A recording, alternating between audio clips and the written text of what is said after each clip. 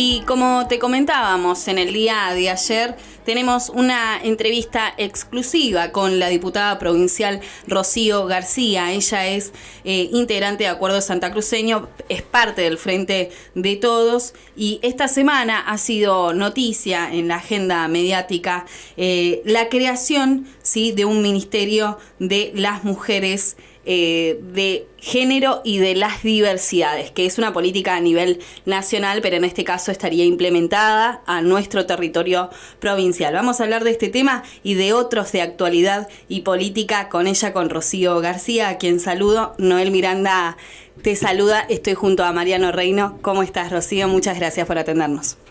Hola, ¿qué tal, Noel? Buen día. Y bueno, gracias por el espacio y bueno, por todo lo que hacen para tratar de que llegue, digamos, la palabra y poder hablar de distintos temas que me parece que es importante hoy en Santa Cruz.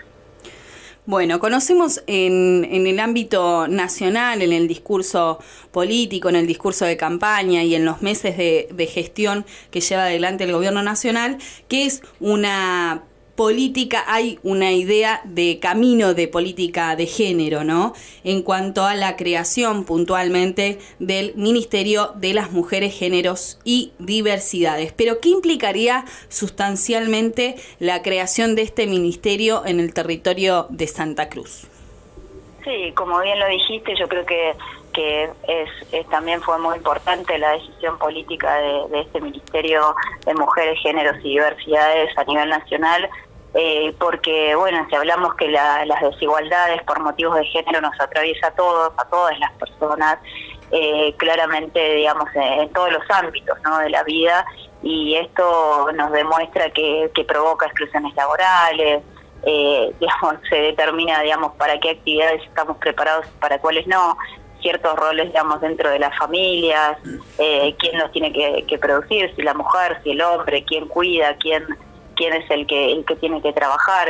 bueno, me parece que estas desigualdades es lo que después se representa, digamos, en distintos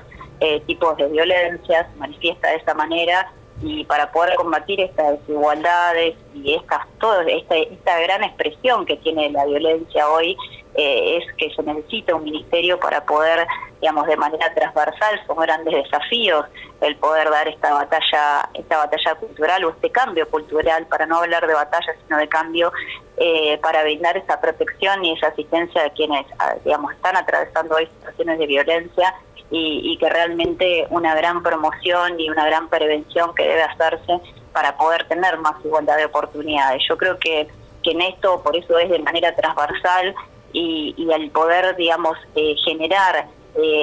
digamos, yo digo a veces la concentración de todo el recurso humano, de todas las áreas que hoy existen en nuestra provincia, porque y en los municipios hay muchísimas áreas de mujeres, géneros y diversidades, pero están, digamos, como muy dispersas, entonces no se concentra todo ese recurso económico y ese recurso humano para poder, digamos, al tener todo en un mismo lugar, poder establecer políticas públicas y políticas de Estado en las cuales se pueda monitorear. Si vos no tenés una estructura acorde al desafío que tenés que enfrentar, que siempre digo que es muy importante y muy difícil, porque la cultura patriarcal está muy arraigada en nuestra sociedad, no le veo otra forma que no sea a través de alguien que conduzca esas políticas y que a su vez pueda articular con todos los estamentos del Estado y con otros poderes también. O sea, yo creo que lo vimos que a nivel nacional así todo vieron que no alcanzaba también con el ministerio y crearon hasta un gabinete nacional de transversalidad, o sea, para poder articular todos los ministerios, o sea, porque después dentro del ministerio se puede ir creando distintas áreas que podamos realmente tener perspectiva de género en cada una de las políticas públicas y las políticas de Estado que se lleven adelante. O sea, siempre yo aclaro que obviamente hay un esfuerzo del gobierno provincial, porque si no, digamos, sería con esto se va a solucionar todo. No, siempre digo, esto es un puntapié y es un lugar donde se puede, digamos, establecer y poder empezar a diseñar cada una de las políticas con perspectiva, pero esto no quiere decir que hoy, digamos, no se esté haciendo, pero bueno, sabemos que hoy, el otro día leía, digamos, una publicación que desde en los primeros 8 meses del año hubo 192 femicidios, 62 travesticidios y transfemicidios, hubo 220 niños y niñas que quedaron, digamos, sin sus madres, hubo 50 mujeres desaparecidas, 10 crímenes que todavía están en investigación, si fueron femicidios o no, y 22 femicidas que se suicidaron luego, digamos, de asesinar. Entonces yo creo que todavía también este coronavirus, porque también a veces la pregunta es por qué el Ministerio de Mujeres en medio de una pandemia. Claro, eso, ¿no? Vos sabés que tal cual eso quería llevar, digamos, para complementar la pregunta inicial de qué implica en lo sustancial la creación de este ministerio. Hubo, como toda medida política, siempre tiene diferentes opiniones, ¿no? En la gestión me imagino que yo no soy funcionaria pública, pero me imagino que la gestión pública tiene eso, tiene diversidad de opiniones, gente que está a favor, en contra, o que opina podría ser de tal manera o de otra, ¿no? Y una de los reclamos o de alguna manera que se destacaba como crítica a este proyecto que presentaste tiene que ver con por qué en medio de una pandemia y por el otro lado también se mencionó en un comunicado que estuvo circulando por qué se presentó sorpresivamente. ¿Esto es así? ¿Se presentó de manera sorpresiva o cómo lo vienen trabajando ustedes puertas para adentro, por decirlo de alguna manera? Bien, Noel, yo creo que en las dos preguntas está bueno aclararlo y está bien, digamos, yo creo que siempre que haya diversidad de opiniones, porque también yo creo que a veces pueden ser, digamos, constructivos y tratar de visualizar, digamos, algunas cuestiones y poder también aclarar. Yo creo que hoy, digamos, si bien obviamente el Poder Legislativo está abocado a todo lo que tenga que ver con el COVID y dotar al Poder Ejecutivo de herramientas para las que sean necesarias, yo lo dije en un momento, como la emergencia sanitaria, como la emergencia comercial, turística, o sea, la emergencia hidrocarburífera, que todo eso le permite al gobierno tomar medidas más rápido. Bueno, eso se tomaron un montón de medidas con respecto al COVID, pero a ver, el COVID hoy lo que hizo el coronavirus es mostrar y visibilizar, digamos, lo que esta pandemia en la sombra, que es la violencia contra las mujeres, géneros y diversidades, porque claramente sabemos que por los números y las estadísticas, que yo siempre digo no son estadísticas, son personas, pero bueno, uno tiene que tratar para poder graficarlo, decir, bueno, estos son los números, ha aumentado, digamos, la violencia de género contra las mujeres un 40%. ¿Por qué? Porque estas medidas únicas que hay para ralentizar la propagación del coronavirus tiene que ver con el confinamiento, con la cuarentena. Entonces hay muchas mujeres que se vieron obligadas a vivir con esos hombres violentos y esto aumentó, digamos, las situaciones, porque a veces son situaciones que la mujer vive varias veces al día o varias veces en la semana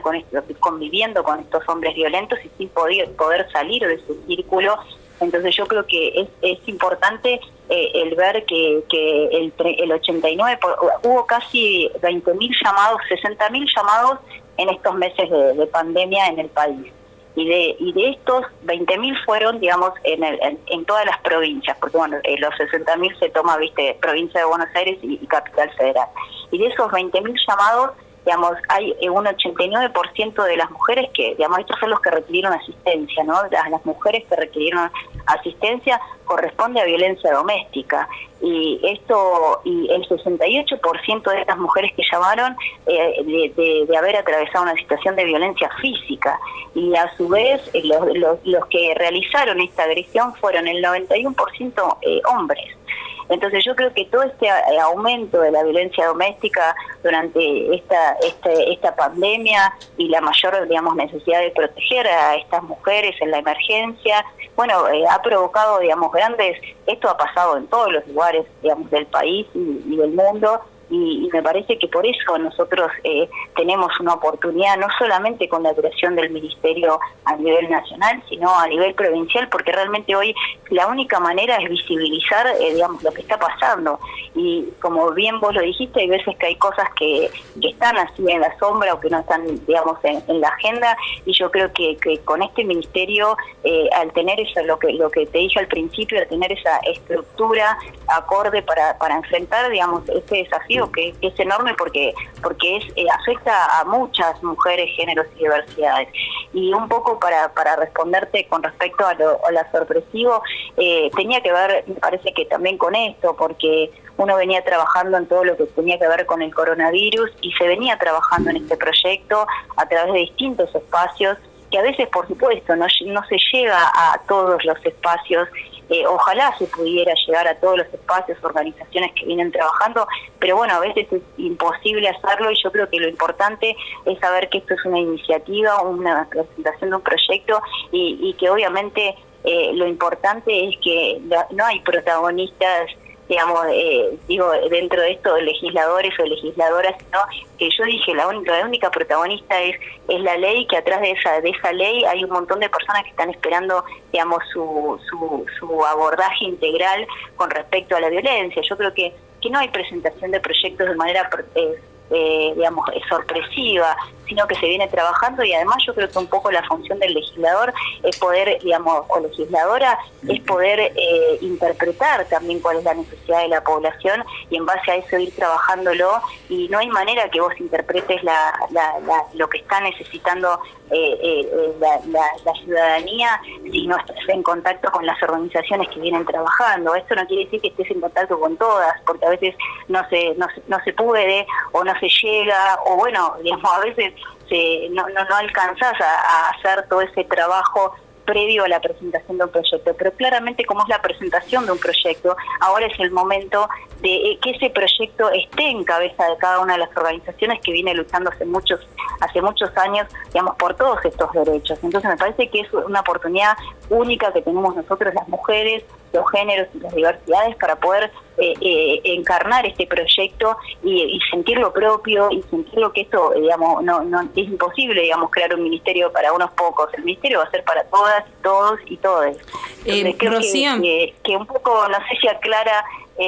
la explicación, pero sí. Bueno, lo veníamos trabajando desde abril, pero bueno, claramente siempre no alcanza a llegar a todos, esta es la verdad. Pero bueno, es una iniciativa, y a partir de ahora todo el mundo puede ser parte y aportar, y me parece que es un poco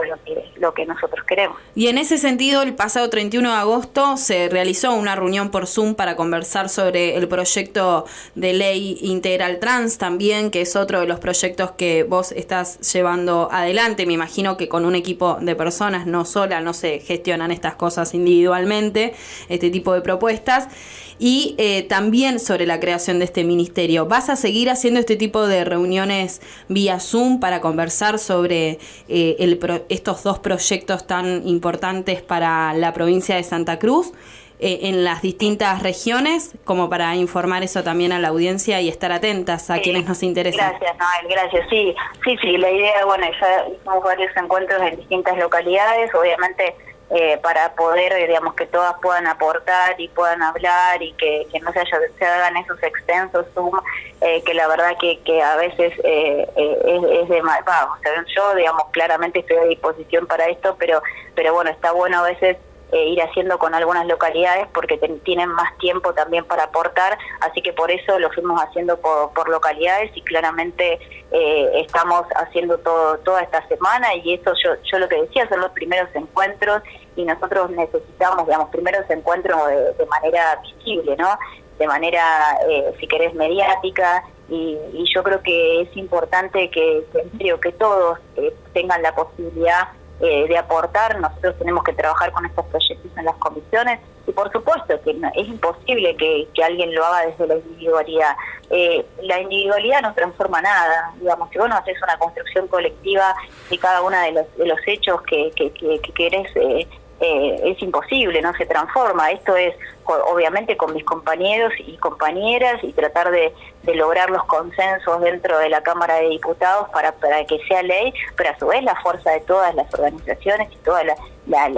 mujeres, los géneros y diversidades que integran estas organizaciones. Con esa, sin esa fuerza, yo siempre digo, las leyes hay que de una manera, digamos, independientemente del partido político al cual pertenezcas, digamos, hay que militarlas, hay que trabajarlas, hay que hacerlas con la gente, hay que a su vez trabajarlas con el Poder Ejecutivo para que se puedan implementar. Por lo menos es la idea, y es lo que yo quiero hacer dentro de lo que es mi labor de legisladora. Yo creo que desde la individualidad y hacer un proyecto, digamos, en un escritorio no sirve. O sea, puede ser el mejor proyecto, pero después si no está desde la problemática de las personas que están dentro de las organizaciones y desde el Poder Ejecutivo, que es el que tiene que implementar, es inviable. Tal cual. Por lo menos es la vuelta que le quiero encontrar yo a este trabajo y a esta gran responsabilidad que me ha otorgado la ciudadanía de Santa Cruz. Tal cual, y como te comentaba fuera de aire, off the record, yo pertenezco a una organización civil que se llama Ola de Mujeres, donde debatimos todo este tipo de propuestas, donde además cotidianamente nos llegan pedidos de ayuda, literalmente pedidos de ayuda de mujeres, puntualmente con un tema que es el que quiero que nos metamos ahora en esta entrevista, que tiene que ver con la legalización del aborto en Argentina. Conocemos, porque le ponemos el cuerpo cotidianamente, de que a las mujeres en los hospitales públicos de Santa Cruz se les cierra las puertas, no se le brinda la información. Esto no es personal con ninguna área, ni con ningún profesional de la salud, ni mucho menos, pero sí en términos generales, y aquí en Puerto San Julián me hago cargo de mis palabras y doy fe de que esto lamentablemente es así. En términos generales, en el hospital público no se le brinda la contención a las mujeres que llegan con un embarazo que no desearon, y también tienen determinados límites a la hora de acceder a la ILE, que es un derecho ya adquirido hace 100 años en Argentina, que es la interrupción legal del embarazo. ¿Cuál es tu opinión acerca de este contexto en el que estamos en Santa Cruz? Además, vos te desarrollaste como ministra de Salud, así que entiendo que estás muy interiorizada en esto que estoy mencionando, y obviamente en el escenario político, la presentación a nivel nacional del proyecto por el aborto legal, seguro y gratuito. Sí, yo creo, Noel, que eso, lo que vos decís, sí hay una gran dificultad. Bueno, yo obviamente, digamos, estuve en el Ministerio de Salud y Ambiente de la provincia durante 4 años y la verdad que es un tema muy complejo. Yo ayer lo contaba en la reunión virtual que tuvimos con varias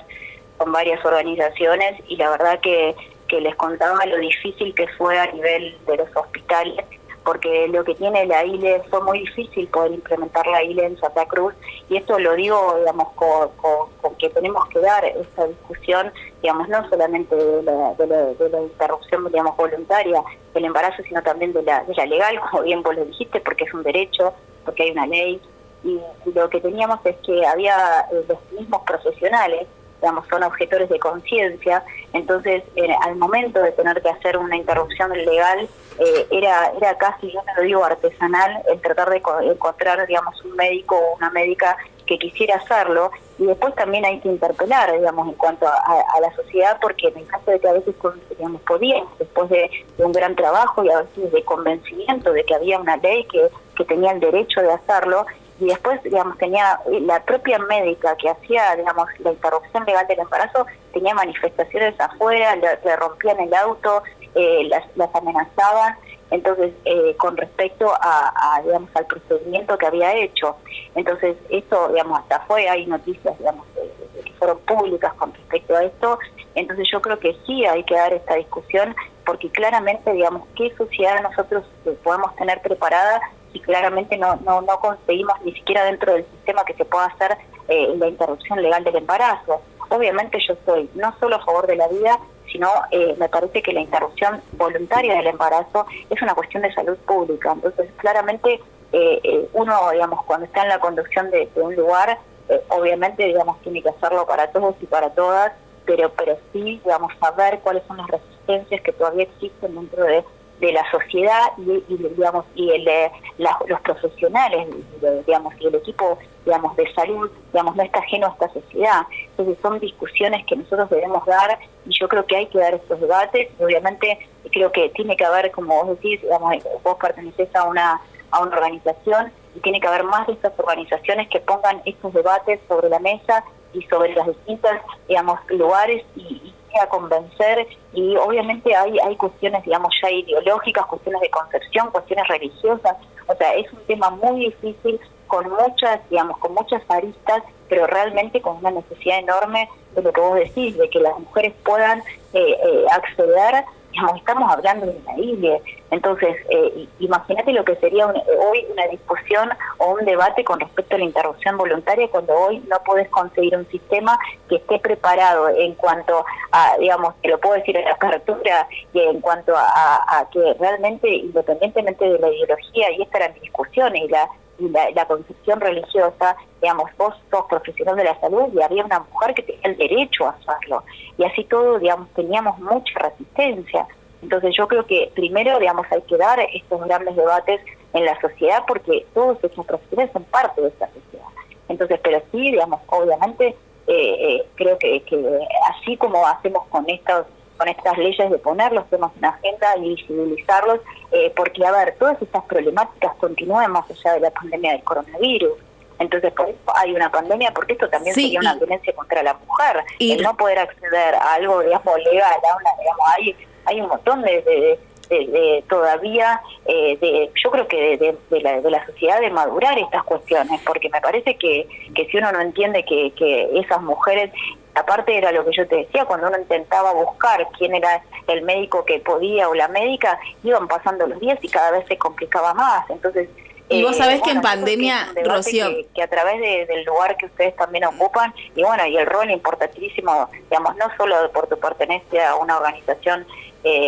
como de la ola de mujeres, sino también, digamos, por el lugar de los medios, que ustedes tienen un papel fundamental en todo esto. Tal cual, y vos sabés que también eso se busca responsabilidad a la hora de comunicar. Hace poquito conocimos los dichos de un médico obstetra de Puerto Santa Cruz, donde ponía en tela de juicio los abusos sexuales, donde él mismo se adjudicaba que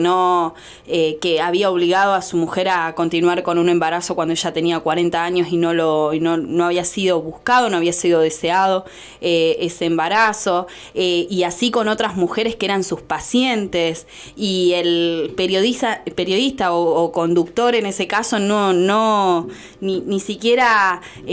pero se arrimó a decirle de alguna manera un marco de derecho, ¿no? Sobre lo que él estaba mencionando. Entonces hicimos bastante hincapié aquí en el informativo de la mañana sobre la importancia de la responsabilidad social de los comunicadores y comunicadoras, y el marco, digamos, jurídico, en tanto tenemos que conocer y respetar que hay cierto marco de leyes que nos obligan también a tener esa responsabilidad. Vos sabés que quiero mencionarte algo, que desde nuestra organización, en el marco de la pandemia, algo que vos estás remarcando en varias oportunidades, la llegada de mujeres pidiendo ayuda para poder acceder a la ILE, tranquilamente yo podría decir que se duplicó. Y por eso, desde nuestra organización lanzamos una encuesta que por ahora es a nivel local.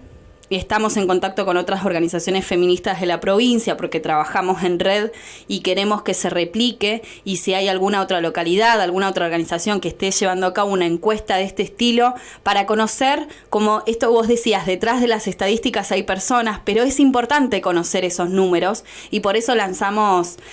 esta encuesta como de alguna manera para darle un aporte, ¿no?, a quienes están en el Ministerio de Salud y de Ambiente de la provincia, para que conozcan esa situación y se pueda avanzar no solo en la legislación, sino en el cumplimiento de lo que ya está legislado, ¿no? Y en este caso, la interrupción legal del embarazo. Eso como para mencionártelo de que sí, en situación de pandemia todo se ha acrecentado. La violencia de género, la violencia intramuros dentro de las casas, y también esta cuestión del acceso a la interrupción legal del embarazo. Por lo menos desde nuestra organización fuimos testigos de que cotidianamente llegan mujeres a pedirnos ayuda, y muchas veces sentimos que el Estado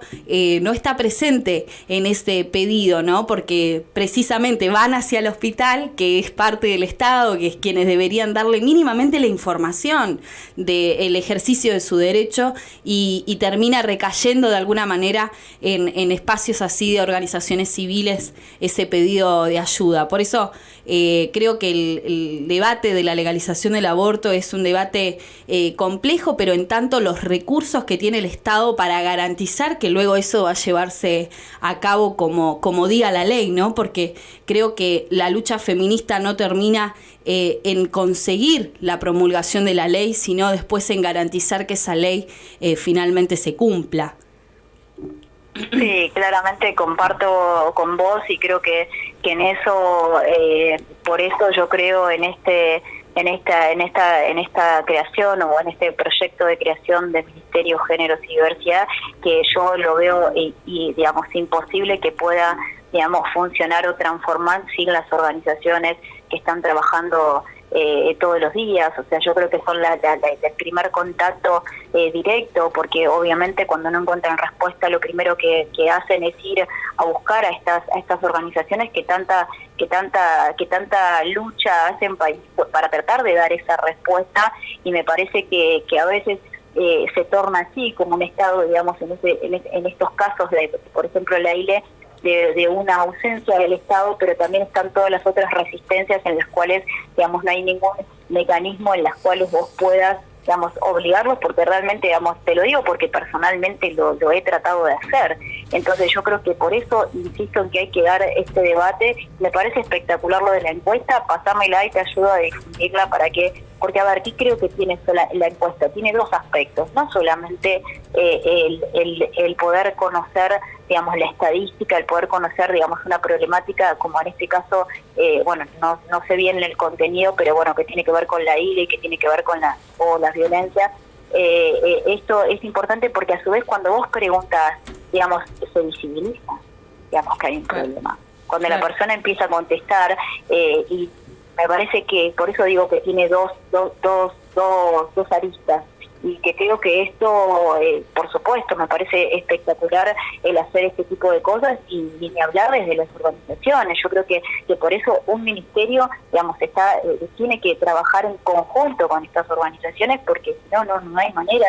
de que se pueda implementar las distintas políticas. Y también creo, como estás en una organización, digamos, de mujeres, me parece que nosotros tenemos que pensar en un feminismo popular, porque, digamos, si nosotros no construimos este feminismo popular, es imposible que haya justicia social. O sea, yo no concibo, digamos, un feminismo popular sin justicia social. O sea, no existe. O sea, yo creo que acá tenemos que ver que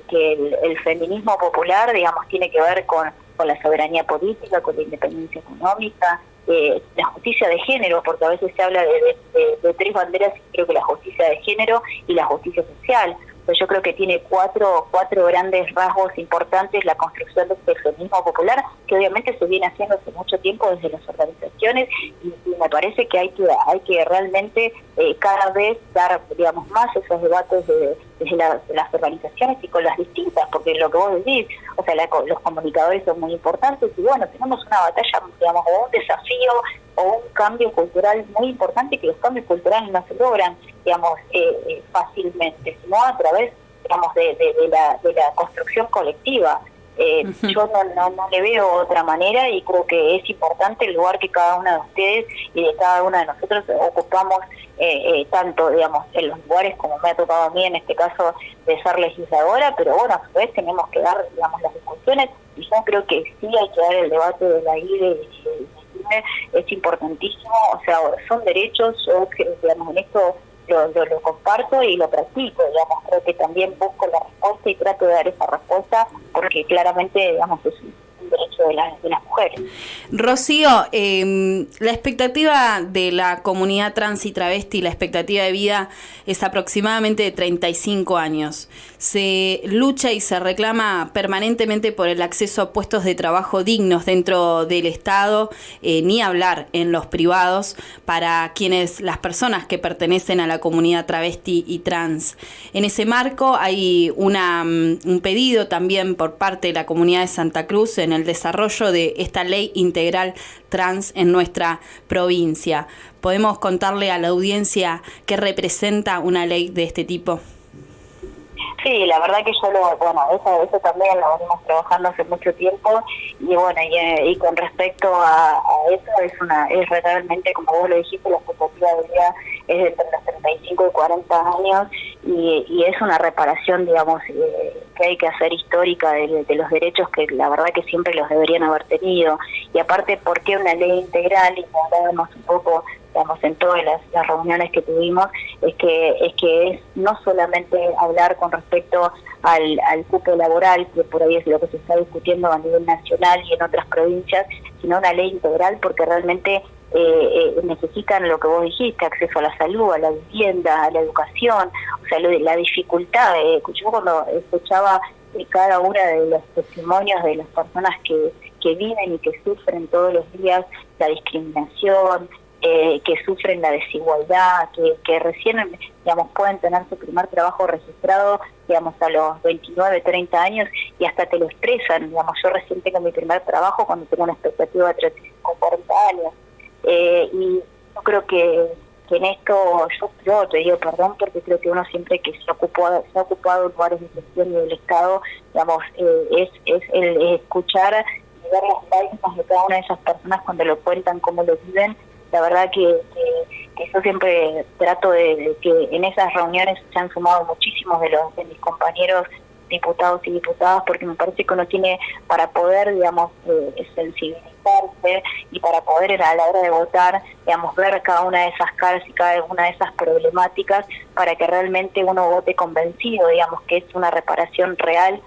independientemente de que se tome como una minoría, porque este es el problema, digamos, como siempre se toma como que es una minoría y es más fácil discriminar y es más fácil. Entonces yo creo que en esto, por eso pedía, digamos, que todos mis compañeros y compañeras acompañen, y yo creo que estas leyes tienen que salir por unanimidad, porque hay que reparar la verdad que lo que sufren todavía en cuanto a la discriminación es increíble. Y aparte lo que vos decías, no solamente en la parte, digamos, de que no acceden a un trabajo, o sea, es la vivienda, la educación, es todo, o sea, los atraviesa en todo, hasta en lo más mínimo, como ir digamos, y a ver, y en esto también lo digo, en el acceso a la salud, porque yo lo conozco, y lo que yo traté de, digamos, desde el Ministerio con todo el equipo, y obviamente con la decisión de la gobernadora, nosotros creamos los 3 consultorios inclusivos en Caleta, San Julián y Río Gallegos, y fuimos trabajando en las distintas, digamos, problemáticas que nos iban acercando y, a ver, con mucha dificultad, porque había que conseguir los profesionales que quieren estar en estos consultorios, era un equipo multidisciplinario, el tema de la hormonización, el tema de la atención psicológica, bueno, era muy complejo llevar adelante cada uno de esos consultorios, que sé que hoy no están funcionando y bueno, realmente son herramientas importantes para que esas personas puedan tener una referencia dentro de los hospitales y que haya gente predispuesta y lo digo porque seguimos con lo mismo, o sea, hay que dar ese debate, digamos, y esa construcción dentro de los hospitales, y de los hospitales están digamos, dentro de los lugares están las personas que tienen que tratar de entender la problemática, y obviamente algunos no están de acuerdo, no quieren atender, bueno, y esta es la discusión que tenemos que dar ahí adentro, y obviamente como claramente no se ha dado natural y sigue habiendo una gran desigualdad, que necesitamos estas leyes de reparación. Y a su vez, digamos, yo lo que decía, nosotros en esos 4 años en el Ministerio de Salud, nosotros trajimos a un cirujano para poder hacer las cirugías, digamos,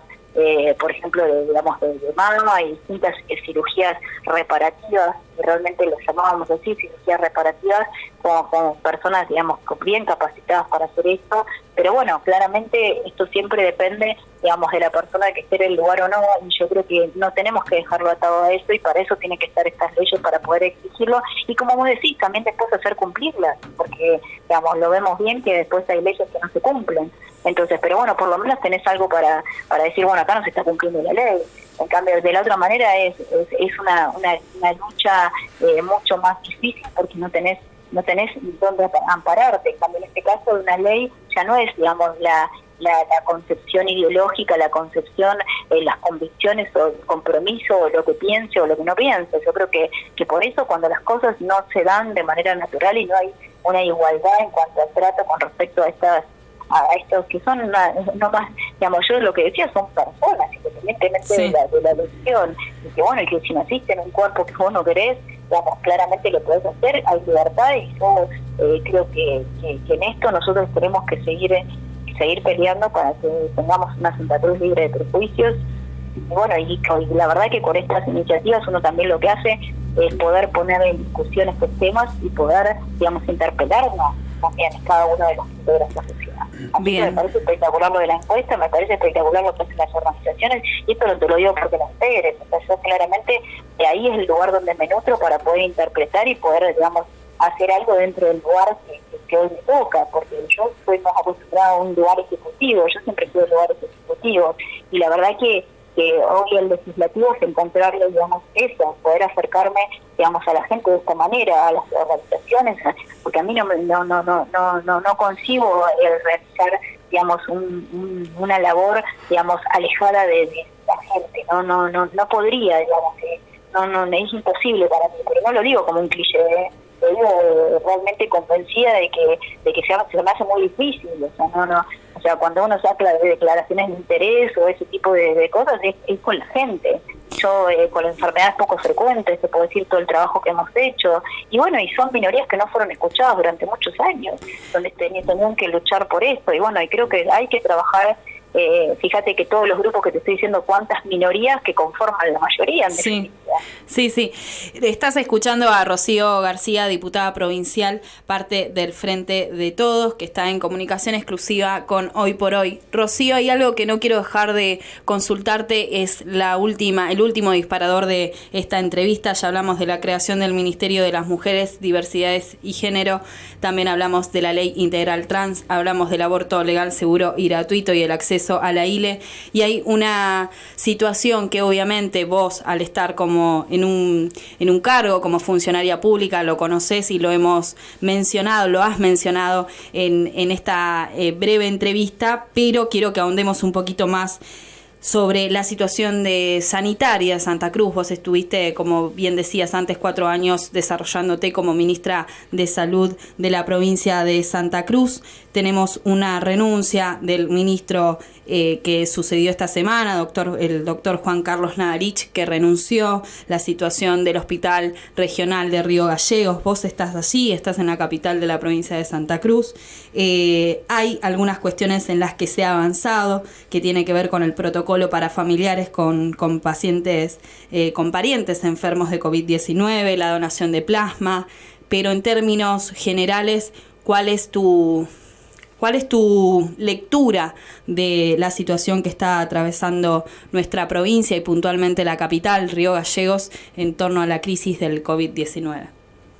Sí, yo creo que, bueno, esa es algo que nos tiene muy preocupados a todos y a todas. Yo creo que en esto se viene, como vos lo dijiste, trabajando en distintas estrategias, pero bueno, claramente, digamos, hoy en Río Gallegos, la cantidad de casos respecto al comportamiento del virus, que sabemos que si hablamos de un mes atrás o un mes y medio atrás, estábamos en otra situación. Entonces la gran propagación de este, porque lo importante también de aclarar es que que este virus se comporta de la manera que contagia, digamos, a muchas personas al mismo tiempo. Entonces lo que pone enseguida es en tensión los sistemas sanitarios, porque siempre las unidades de terapia intensiva están de acuerdo a la cantidad de población, o sea, es a nivel mundial, digamos, la estadística de cómo se calcula las camas de terapia intensiva con respecto a la población. Entonces vos, en el caso de que tengas, digamos, como en este caso una pandemia, o que tengas, no sé, un terremoto, o que tengas digamos, algo donde implique, digamos, digamos, porque podríamos calificarlo hasta de desastre, todo junto, claramente, digamos, no hay ningún sistema, ni en nuestra provincia, ni en el resto de las provincias, ni en el mundo que lo haya podido resistir. Nosotros vimos cómo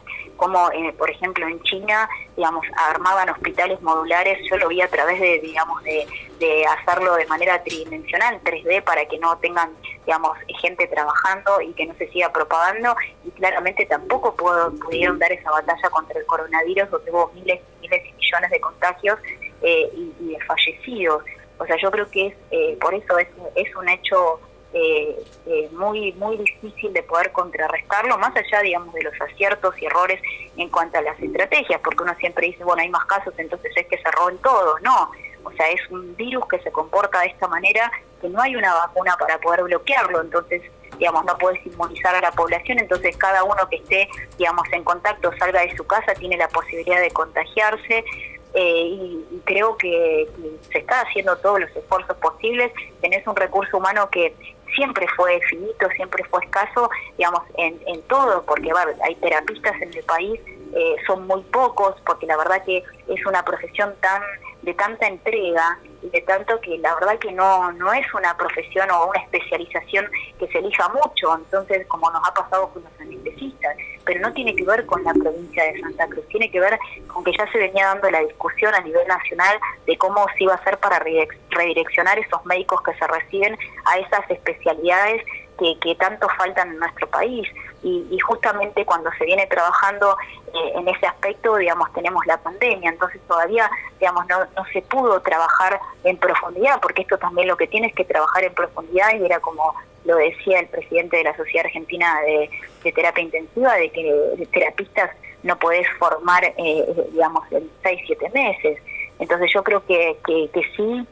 perdimos tiempo estos 4 años, y yo, más allá de, digamos, de los colores políticos partidarios, digamos, lo viví dentro de lo que es el ministerio, a lo que pasaron estos 4 años en cuanto a la inversión de salud a nivel nacional. Entonces yo creo que, también hubo una desinversión grande en nuestros sistemas sanitarios, entonces, bueno, esto implicó, digamos, la complicación con respecto al no disponer, digamos, un órgano rector en el cual, digamos, alivie los presupuestos de las provincias con respecto a salud, porque nosotros tuvimos que hacernos cargo de los medicamentos, tuvimos que hacernos cargo de programas que se habían desarmado a nivel nacional, del remediar, te puedo nombrar, digamos, hacernos cargo de todo lo que tenía que ver con PAMI, porque realmente, digamos, bajaron los convenios con toda la parte, digamos, lo poco privado que tenemos en Santa Cruz, habían bajado todos los convenios, entonces caían en nuestros hospitales, digamos, que eso es más recurso económico para invertir. Entonces yo creo que el impacto que ha tenido estos 4 años al no dirigir, digamos, una política, digamos, de invertir en el sistema sanitario, bueno, fue bastante complicado el tener que comprar vacunas, el tener que, digamos, todo eso fue recurso que después no se podía invertir porque sabemos que estábamos en una crisis muy complicada económica en la provincia de Santa Cruz. Entonces yo creo que uno no lo puede hablar, digamos, como muy parcial, porque en realidad, digamos, es un todo y es un proceso que viene hace muchos años y que uno tiene que analizar el todo. Claramente, digamos, van a decir, bueno, pero la pandemia hasta ahora. Y me parece que está bien la pregunta, pero creo que se está tratando de hacer a través, digamos, de ahora el programa, por lo menos en Río Gallegos, el programa Detectar. Para en los barrios, para intentar, digamos, de bloquear los distintos focos. Lo que pasa es que cuando hay transmisión comunitaria es muy difícil llegar a bloquear, porque es eso, al perder el nexo, por eso siempre se trata de evitar llegar a esa transmisión, pero bueno, hoy tenemos 18 provincias con distintas localidades, distintos distritos en los que tienen transmisión comunitaria. Sí, esto es porque es el comportamiento del virus y que no hay otra forma que es la no circulación porque no tenemos la vacuna. Claro. Entonces, me parece que sí, la situación, por supuesto, es compleja. Hablamos, digamos, todos leemos los partes, todos vemos que la atención en cuanto a las camas de terapia intensiva, pero bueno, por lo menos lo que tenemos es que el gobierno nacional ahí está enviando enfermeros y enfermeras para poder, digamos, a los compañeros que están trabajando en los hospitales, que también se van contagiando y se van agotando también. Porque sí, el estrés es muy complejo. Sí, es conocido además el reclamo ya a nivel nacional sobre esta situación de que parecen estar olvidados los trabajadores de la salud, que al principio de la pandemia, vos recordarás, al principio de la cuarentena, mejor dicho, aquí en Argentina,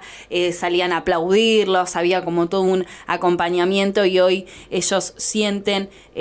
me refiero a comunicados que andan circulando, ¿no? Que están siendo de alguna manera olvidados olvidados y además hacen puntual hincapié en que una de las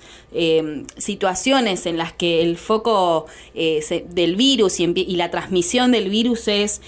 cuando se produce es en las reuniones sociales, y en ese sentido no puedo dejar de consultarte un tema que tiene relevancia actual y tiene que ver con el pedido por parte de Alicia Kirchner, la gobernadora de Santa Cruz, y el jefe del gabinete, Leonardo Álvarez, que solicitó a los directivos de la empresa de servicios públicos Sociedad del Estado, a los directivos de esta empresa estatal, a renunciar por incumplir precisamente con estas normativas vigentes en la capital santacruceña. ¿Cuál es tu opinión respecto a esto? Yo creo que, como vos lo dijiste, o sea, esa es la única manera de poder, digamos, evitar la propagación de este virus. Tiene que ver, digamos, lo vienen, digamos, repitiendo la gobernadora con respecto a las reuniones sociales, porque, a ver, ese es el lugar donde es más fácil, digamos, que nosotros no tomemos las medidas de protección, que no es muy difícil mantener la distancia de 1,5 metros en una reunión social donde estás comiendo, donde es muy complejo. O sea, distinto es una reunión en la cual vos podés establecer, digamos, una reunión de trabajo. Bueno, ustedes que tienen que estar ahí en la radio, digamos, hay lugares en donde es más fácil mantener esa distancia. Yo creo que cuando estás compartiendo una cena o cuando estás compartiendo con amigos es mucho más difícil. O sea, yo creo que tiene que ver con eso, y con lo que vos planteás, me parece que bueno, claramente la gobernadora, digamos, es coherente, digamos, con lo que viene diciendo de la responsabilidad social. Y en esto lo que digo siempre cuando la gobernadora habla de responsabilidad social, porque la conozco, o sea, ella realmente habla de responsabilidad social en donde la incluye, digamos, no es que ella está excluida de eso, y por eso no están excluidos sus funcionarios, digamos, porque nosotros somos parte de esta sociedad. Entonces, claramente, por eso, digamos, fue la decisión de la gobernadora de pedir la renuncia de todos los directores, digamos, del director y de todos los que participaron del pasado, o de esta reunión, o de esta, no sé qué fue, porque la verdad que no lo sé, pero bueno, creo que ella tomó esa decisión porque es coherente con lo que dice y no se excluye, porque fue también la crítica de decir, bueno, sí, nos piden responsabilidad social, nos pide y el gobierno que está haciendo. Entonces yo creo que claramente, digamos, ella se incluye dentro de esa responsabilidad social, pidiendo que realmente la gente trate de salir lo menos posible, porque no hay manera hoy de bloquear, digamos, ese brote o esa ola de contagios, que yo creo que la única manera, ella está pidiendo a gritos que por favor, digamos, la gente entienda que si bien uno puede hacer muchas cosas y cada cosa que dice es realmente una controversia con respecto, o sea, cuando ella habla de que el decreto no es una vacuna, no es una manera, digamos, peyorativa, o no, ella lo que quiere decir es que ella puede tomar muchas medidas, pero si nosotros no nos quedamos en casa, si nosotros no respetamos la cuarentena, nos vamos a seguir contagiando, y en esto no se excluye. Digamos, ella se incluye dentro de esa responsabilidad social porque es parte de la sociedad. Entonces, por eso, digamos, al ver que sus funcionarios, digamos, actuaron de manera de no respetar esa cuarentena, digamos, tomó la decisión de decirle, bueno, ustedes no van a pertenecer más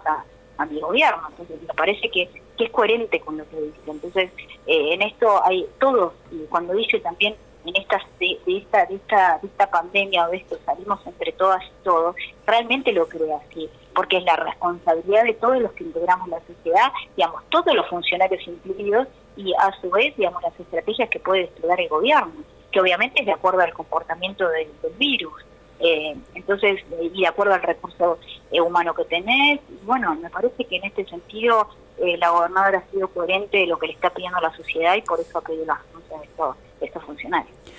Te agradezco mucho la deferencia de habernos atendido. Espero que continuemos en contacto. Vamos a enviarte la encuesta que realizamos junto a las compañeras de Ola de Mujeres, esta organización civil feminista de Puerto San Julián. Te vuelvo a agradecer, Rocío, por estos minutos de comunicación, una extensa charla exclusiva con Hoy por Hoy, y te deseo que tengas un muy buen día. Bueno, gracias, Noel, muchas gracias. Y bueno, sí, por supuesto, la encuesta para difundir y para también contestarla. Así que bueno, te agradezco muchísimo el espacio, felicito, digamos, de que ustedes lo puedan tener y sostener todos los días, más en estos momentos tan importantes que necesitamos la comunicación y necesitamos llegar a todos los vecinos de nuestra provincia y vecinas. Así que, y bueno, y por tu participación también en la organización Ola de Mujeres, que creo que también es un rol fundamental. O sea, que tenés distintos roles con respecto me parece que lo que sintetiza es un compromiso social importante. Muchísimas gracias.